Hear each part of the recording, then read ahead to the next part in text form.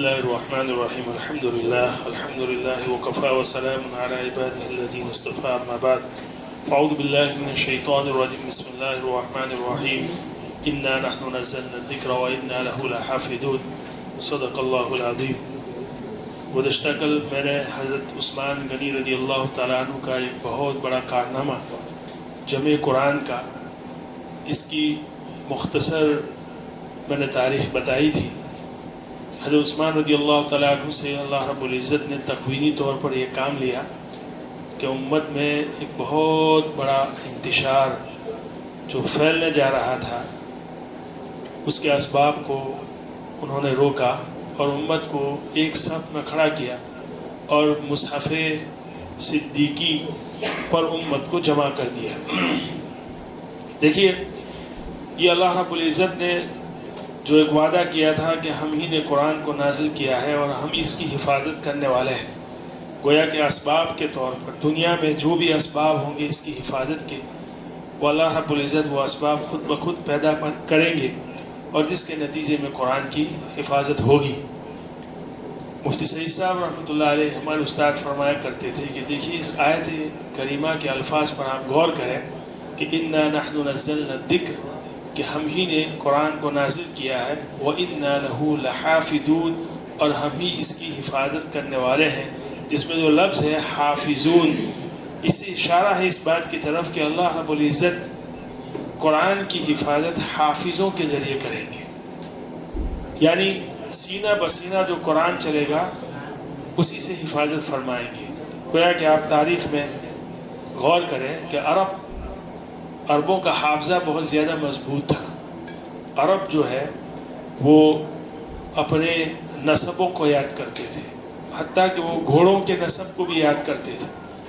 گویا کہ ان کا حافظہ بہت زیادہ مضبوط تھا. اللہ رب العزت نے تکوینی طور پر جب سے قرآن نازل ہوا، ابتدا سے لے کر اخیر تک آپ دیکھیے کہ اللہ رب العزت نے ان لوگوں کو اس بات کے لیے استعمال کیا.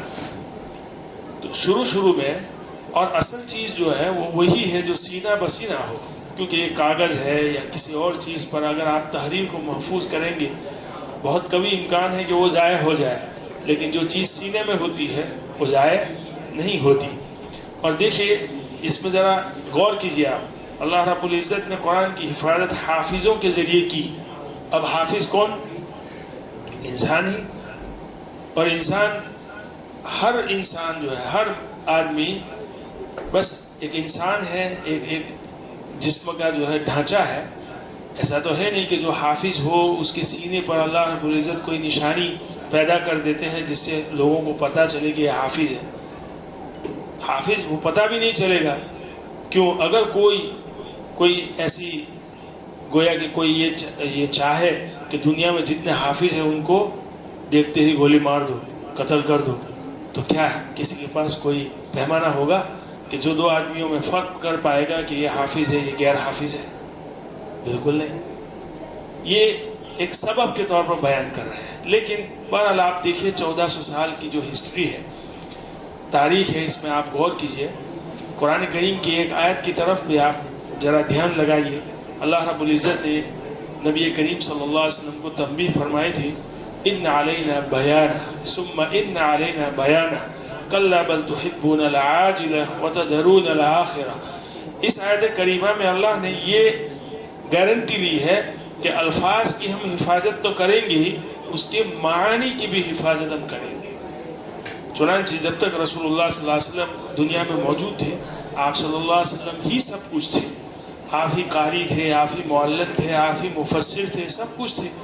جب رسول اللہ صلی اللہ علیہ وسلم اس دنیا سے رحلت فرما گئے، اس کے بعد دیکھیے اللہ رب العزت نے کیسے اسباب پیدا کیے.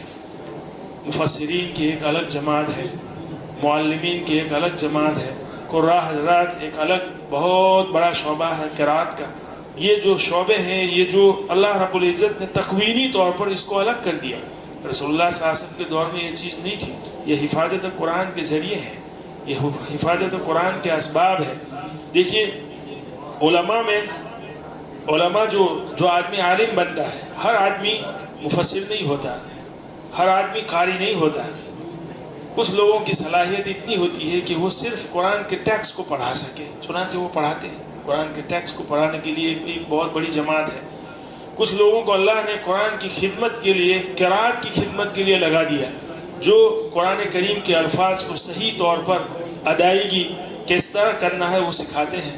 اور یہ خدمت جو ہے ہر جگہ چلتی ہے دنیا میں۔ جو ہے دیکھیے مدارس کی جو تحریک ہے سب سے کامیاب تحریک ہے، سب سے کامیاب۔ یہ علماء دیوبند کی ایک بہت بڑی قربانی ہے کہ انگریز جب ہندوستان میں آئے اور ان کو بہرحال ہندوستان کی سرزمین کو ان کے پنجوں سے پاک کرنے کے لیے جو تحریک شروع کی، شیخ الہند مولانا محمود الحسن دیوبندی رحمۃ اللہ علیہ، سب سے پہلا مدرسہ جو قائم ہوا دارالعلوم دیوبند۔ اس کے بعد دیکھیے آپ مکاتب اور مدارس کی جو تحریک چلی ہے، اتنی کامیاب تحریک ہے۔ آپ امریکہ میں دیکھیے، آپ بڑے بڑے مدارس ہیں جہاں بخاری تک تعلیم ہوتی ہے۔ دنیا کا گوشہ گوشہ آپ دیکھ لیجئے، یا تو مکتب کی شکل میں یا تو پھر مدرسے کی شکل میں، بڑے کالج یا یونیورسٹی کی شکل میں آپ کو یہ عمارتیں دکھے گی۔ یہ دراصل ہمارے علماء دیوبند کی تحریک کا نتیجہ ہے۔ یہ کیا ہے؟ یہ حفاظت قرآن کے قلعے ہیں اور یہ ذریعے ہیں۔ اللہ رب العزت نے اس کی حفاظت کی۔ صرف حفاظت قرآن کے اسباب کی طرف اگر کوئی غور کرے، یقیناً اس کے لیے اس کو جو ہے اپنے ایمان کی مضبوطی کے لیے، یا کوئی اگر نان مسلم ہے اس کو ایمان لانے کے لیے یہی ایک چیز کافی ہے کہ اسی پر غور کر لیں، سب چیز جو ہے بہرحال واضح ہو جائے گی۔ اس کے علاوہ دیکھیے قرآن کریم نے جو چیلنج کیے ہیں وہ صرف ہم تو مسلمان ہیں، مومن ہیں، ہمارا ایمان جو ہے قرآن کی حقانیت پر بلا دلیل ہے، ہمیں اس کی ضرورت نہیں ہے، سمجھ رہے ہیں۔ لیکن ایسا نہیں ہے، کفار کو بھی قرآن کریم نے چیلنج کیا ہے، اور تاریخی طور پر، سائنسی طور پر قرآن کے حقائق کو آج تک جھٹلایا نہیں جا سکا ہے۔ اس بات کو یاد رکھیے آپ، تاریخی طور پر، سائنسی طور پر قرآن کے حقائق کو آج تک جھٹلایا نہیں گیا ہے، یہ بات طے ہے۔ ہمیں اگرچہ ہمارا ایمان ہے کہ قرآن کوئی ایسی کتاب نہیں ہے کہ جن کو کھڑے کھڑے پیشاب کرنے والے اور کاغذ سے اپنے پاخانہ پوچھنے والوں کی تصدیق کی ضرورت ہو۔ قرآن کوئی ایسی کتاب نہیں ہے۔ اب دیکھیے قرآن کریم نے ایک دعویٰ پیش کیا کائنات کی تخلیق کے سلسلے میں۔ اللہ رب العزت نے فرمایا اولم یر الذین کفروا ان السماوات والارض كانتا رتقا ففتقناهما فجعلنا من الماء كل شيء حي افلا تعقلون۔ کیا ان کافروں کو یہ نہیں دکھتا کہ آسمان اور زمین پہلے ملے ہوئے تھے، ففتقناهما، پھر ہم نے اس کو جدا کر دیا۔ دیکھیے یہ کائنات کی تخلیق کا ایک نظریہ پیش کیا قرآن کریم نے، ایک حقیقت بیان کی۔ اس سے آج کل جو ہے بگ بانگ ایک تھیوری ہے، جو آپ کو معلوم ہوگا، بگ بانگ ایک تھیوری ہے، ایک نظریہ ہے۔ وہ یہ کہتے ہیں کہ آج سے 13-14 ارب سال پہلے یہ کائنات ایک انتہائی گرم ایک مادے اور نقطے کی شکل میں موجود تھی۔ پھر اچانک ایک دھماکہ ہوا جس سے یہ نقطہ جو ہے پھیلتا گیا، جس سے آسمان اور زمین، یہ کہکشاں، یہ سورج، یہ چاند، یہ ستارے جو ہے وجود میں آئے۔ اور سائنس آج بھی اس بات کو مانتی ہے کہ یہ کائنات ابھی بھی پھیلتی ہے، ایکسٹینڈنگ یونیورس، یہ ان کا ایک نظریہ ہے۔ لوگ اس طرح لکھتے ہیں کہ کائنات، سائنس کے اس نظریے سے قرآن کی آیت کی تصدیق ہوئی۔ نعوذ باللہ، یہ بات غلط ہے۔ ہم یہ کہیں گے کہ سائنس نے گھٹنے ٹیکنے ہیں قرآن کے سامنے، سائنس نے قرآن کی اس نظریے کو، اس حقیقت کو قبول کیا ہے آج، چونکہ آج سائنس کا دور ہے، ہر چیز جو ہے سائنٹزم جو ہے ایک نظریہ ہے۔ سائنٹزم کا مطلب یہ ہے، یہ جو لبرلزم کی جو تحریک شروع ہوئی تھی آج سے کئی سال پہلے، کئی صدیوں پہلے، تو اس میں سائنٹزم جو ہے، سائنٹزم کا مطلب اگر سائنس پڑھنا یہ سائنٹزم نہیں ہے، یاد رکھیں اس بات کو۔ کوئی آدمی سائنس پڑھتا ہے یہ سائنٹزم نہیں ہے۔ سائنٹزم کا مطلب کسی آدمی کا مائنڈ سیٹ یہ ہو کہ کوئی نظریہ پیش کرے، چاہے قرآن ہو، بائبل ہو، یا انجیل ہو، تورات ہو، کوئی نظریہ پیش کرے، اس کو میں سائنسی حقائق پر رکھوں گا سائنس اگر اس کی تصدیق کرتی ہے تو میں قبول کروں گا، سائنس اگر اس کو ریجیکٹ کرتی ہے تو میں اس کو قبول نہیں کروں گا۔ یہ سائنٹزم ایک نظریہ ہے، اور ایسے لوگ ہیں آج بھی دنیا میں، تو ان کے لیے چیلنج ہے۔ اللہ رب العزت فرماتے ہیں، لفظ استعمال کیا، اولم یر الذین کفروا، جو لوگ انکار کرتے ہیں، کافر ہے، کیا ان کو یہ نہیں دکھتا ان السماوات والارض کانتا رتقا، یہ زمین اور آسمان تو ملے ہوئے تھے، بند تھے، پھر ففتقناہم، اللہ نے ان کو جدا کیا۔ تو وہی بہرحال یہ جو بگ بانگ جو نظریہ ہے، اس نے قرآن کی اس حقیقت کو تسلیم کیا ہے۔ اسی طرح انسان کی تخلیق کے جو مراحل ہیں، سٹیپس، انسان کیسے پیدا ہوتا ہے، کس طرح، دیکھیے قرآن نے اس کی حقیقت کو بیان کیا۔ سورہ مومنین کی 12 اور 14 آیت آپ دیکھیے، وَلَقَدْ خَلَقْنَا الْإِنسَانَ مِنْ سُلَالَةٍ مِّن طِينٍ، اللہ رب العزت فرماتے ہیں کہ ہم نے انسان کو مٹی کے خلاصے سے پیدا کیا، مٹی۔ پھر فرمایا وَجَعَلْنَاهُ نُطْفَةً فِي قَرَارٍ مَّكِينٍ، پھر ہم نے اس کو ایک نطفے کی شکل دی اور اس کو ایک محفوظ جگہ میں رکھا۔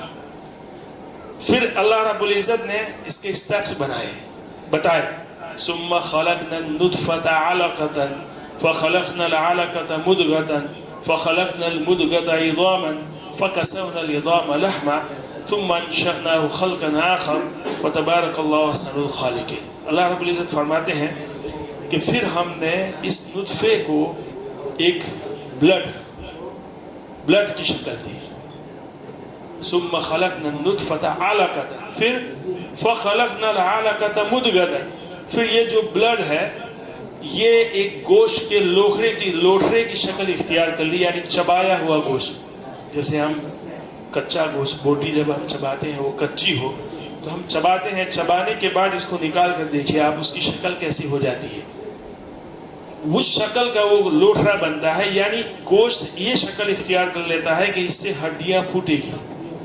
پھر مرحلہ بتایا فَخَلَقْنَا الْمُضْغَةَ عِظَامًا، اسی مدغے، اسی گوشت کے ٹکڑے کو ہم نے ہڈیوں کی شکل دی، فَكَسَوْنَا الْعِظَامَ لَحْمًا، پھر اس پر گوشت چڑھایا، ثُمَّ أَنشَأْنَاهُ خَلْقًا آخَرَ، پھر ہم نے اس کو ایک شکل دی، فَتَبَارَكَ اللَّهُ أَحْسَنُ الْخَالِقِينَ، کیا ہی بہترین پیدا کرنے والا ہمارا رب ہے۔ دیکھیے اس نظریے کو ایمبریولوجی جو ہے، جدید سائنس، اس نے اس کو قبول کیا ہے۔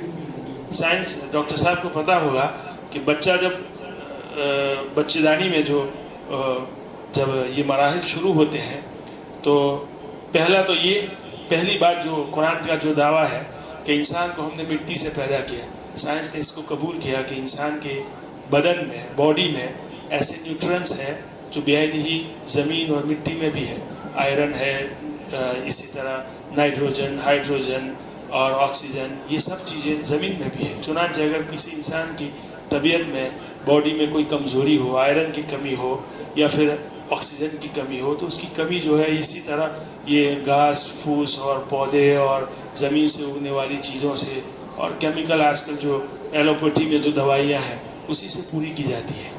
تو سائنس نے اس کو قبول کیا ہے کہ یقیناً انسان کا جو بدن ہے مٹی سے بنا ہے۔ پھر نطفہ یعنی سب سے پہلی جو ابتدا ہوتی ہے وہ اسپرم اور ایگ جو مادہ ہے، منویہ جو ہے، مرد اور عورت دونوں کی جو جمع ہوتی ہے، اس سے جو انسان کی تخلیق کی ابتدا ہوتی ہے۔ پہلے جو یہ مادہ جو ہے بلڈ کی شکل اختیار کرتا ہے، پھر گوشت کی شکل اختیار کرتا ہے، اس گوشت سے ہڈیاں بنتی ہے، پھر ہڈیوں پر گوشت چڑھایا جاتا ہے۔ یہ جو اسٹیپس بیان کیے ہیں میڈیکل سائنس نے اس کو قبول کیا ہے۔ یہ نہیں کہیں گے ہم کہ میڈیکل سائنس سے قرآن کی تصدیق ہوتی ہے، نعوذ باللہ، نہیں۔ میڈیکل سائنس نے قرآن کی اس حقیقت اور چیلنج کو قبول کیا ہے۔ اس کے علاوہ دیکھیے آپ، عرب کے بڑے بڑے فصحاء تھے، فصیح عربی زبان بولنے والے، اور شعر و شاعری ان کا جو ہے پیشہ تھا۔ قرآن کریم نے ان کو چیلنج کیا تھا، فَأْتُوا بِسُورَةٍ مِّن مِّثْلِهِ وَادْعُوا شُهَدَاءَكُمْ إِن كُنتُمْ صَادِقِينَ مِن دُونِ اللَّهِ إِن كُنتُمْ صَادِقِينَ، کہ تم قرآن جیسی ایک صورت لے کے آؤ۔ اس چیلنج کو کسی نے قبول نہیں کیا۔ اس وقت جو موجود تھے کفار کو یہ چیلنج کیا تھا۔ اسی طرح قرآن نے پیشین گوئیاں کی تھی۔ روم جو ہے اس وقت ایرانیوں سے وہ شکست کھا گئے تھے۔ قرآن سورہ روم میں اللہ رب العزت نے فرمایا غلبت الروم فی ادنی الارض من بعد، مطلب اس میں جو ابتدائی آیت میں بیان فرمایا کہ کچھ عرصے کے بعد یہ رومی پھر سے غالب آ جائیں گے، اور ایسا ہوا۔ جنگ بدر اور فتح مکہ کی جو پیشین گوئیاں یہ پہلے دے دی تھی۔ ابو لہب کے بارے میں قرآن کریم نے جب وہ زندہ تھا اسی وقت کہا تھا کہ یہ اور اس کی بیوی جہنمی ہے، یہ جہنم میں جائیں گے، مطلب ایمان کے بغیر اس دنیا سے جائیں گے۔ وہ زندہ تھا اس وقت، اگر اس نے ایمان قبول کر لیا ہوتا نعوذ باللہ قرآن کی آیت غلط ہو جاتی، لیکن یہ بغیر ایمان کے اس دنیا سے گیا۔ کہنے کا مطلب یہ ہے میرے دوستو کہ قرآن کریم ایک سچی کتاب ہے، اس کے بارے میں کسی قسم کا شبہ یہ انسان کو ایمان سے خارج کر دیتا ہے۔ میں اس لیے کہہ رہا ہوں کہ بہت سے لوگ ہیں جو اس بات کو تسلیم کرتے ہیں کہ قرآن سچی کتاب ہے، لیکن قرأت کے سلسلے میں یاد رکھیں، میں نے پہلے بتایا تھا کل بھی کہ قرآن کریم کی 7 متواتر جو قرأتیں ہیں، سبا بھی ہے، سبا عشرہ بھی ہے، بہرحال یہ 7 جو مختلف متواتر قرأتیں ہیں جو حرکات اور الفاظ کی چھوٹی سی تبدیلی کے ساتھ یہ لوگ پڑھتے ہیں، قراء پڑھتے ہیں، اس کو متواتر اور صحیح ماننا یہ اپنے ایمان کا حصہ ہے۔ میں اس لیے کہہ رہا ہوں کہ چونکہ ہمارے مسلم امہ جو ہے ہم لوگ ناواقف ہیں اس سے، ناواقفیت میں اگر کسی چیز کا انکار کیا جائے، ایک اصول یاد رکھیے، ہمارے علماء انسان کی تکفیر کے سلسلے میں، یعنی کسی کو کافر کہنے کے سلسلے میں بہت احتیاط سے کام لیتے ہیں، حتیٰ کہ یہاں تک کہا ہے، حضرت تھانوی کا قول ہے کہ اگر کسی شخص میں 99 پوائنٹ ایسے ہو کہ جو کفر کی طرف اشارہ کرتے ہو، اس میں 99 چیزیں ایسی ہیں جس سے آپ کہہ سکتے ہیں کہ یہ آدمی کافر ہے، لیکن اگر ایک چیز ایسی ہو جس کی ایمان کی گواہی دیتی ہو تو اس کو مومن کہیں گے، ہم اس کو کافر نہیں کہیں گے۔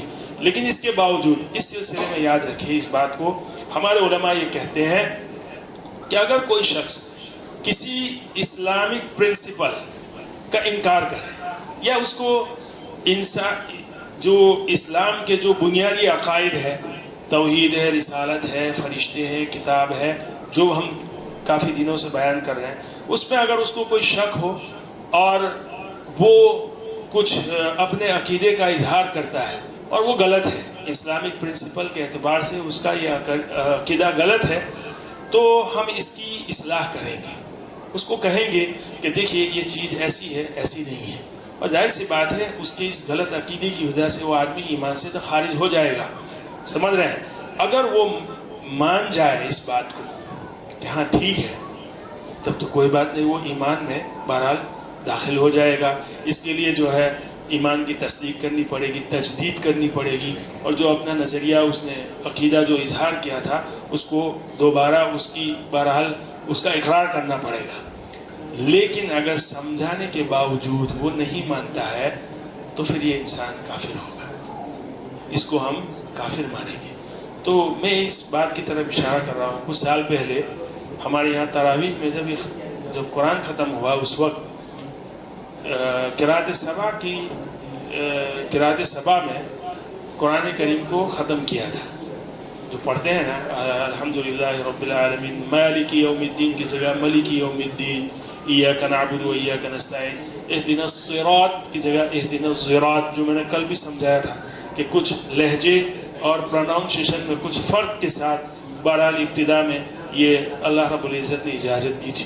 یہ متواتر قرأتیں ہیں، اس قرأت کا انکار دیکھیے اگر لا علمی میں ہو تو اس کی اصلاح کی جائے گی، اگر اس کو کہنے کے بعد بھی اگر وہ حد دھرمی میں کہہ رہا ہے کہ نہیں یہ غلط ہے تو پھر اس کو اپنے ایمان کی تجدید کرنی چاہیے۔ ایسا واقعہ یہاں پیش آیا تھا کہ جب یہ قرأت کی گئی تو کچھ لوگوں نے بہرحال نماز نہیں پڑھی امام کے پیچھے اور بہرحال وہ مسجد سے باہر نکل گئے۔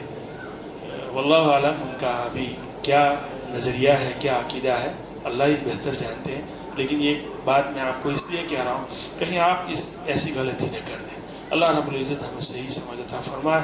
قرآن کے متعلق ابھی بھی کچھ باتیں باقی ہیں، کل بیان کر کے انشاءاللہ دوسرا جو ٹاپک ہے اس کو ہم بیان کریں گے. وآخر دعوانا الحمدللہ.